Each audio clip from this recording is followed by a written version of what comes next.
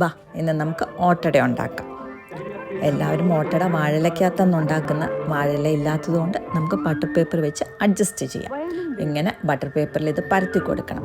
ഗോതമ്പ് മാവ് എങ്ങനെയാണ് റെഡിയാക്കിയത് എന്ന് വെച്ചാൽ 1/2 കപ്പ് ഗോതമ്പ് പൊടിക്കകത്ത് 2 ടേബിൾ സ്പൂൺ പച്ചരിപ്പൊടിയും 1 നുള്ളു ഉപ്പും 1 ടീസ്പൂൺ വെളിച്ചെണ്ണയും ഒഴിച്ച് കുഴച്ചെടുത്തതാണ്.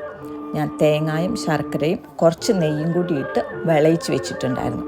അതും അതിനകത്ത് സ്പ്രെഡ് ചെയ്ത് കൊടുത്ത് നമ്മൾ അടക്കി പരത്തുന്ന പോലെ മടക്കിയെടുത്തു. ഇനി ഒരു ഇരുമ്പ് ചീനിച്ചട്ടി ഗ്യാസിൽ വെച്ച് അത് ചൂടായി വന്നപ്പം നമ്മൾ ഈ അടയിട്ട് കൊടുത്തു. അതിൻ്റെ മേളിലൊരു പാത്രത്തിൽ വെള്ളം വെച്ചത് എന്തിനാണെന്ന് വെച്ചാൽ ആകുമെല്ലാം നല്ലതായിട്ട് വെന്ത് കിട്ടും. ഇങ്ങനെ പ്രസ്സായിട്ട് ഇരിക്കുമ്പോഴത്തേനും ആകുമെല്ലാം പെട്ടെന്ന് വെന്ത് കിട്ടും.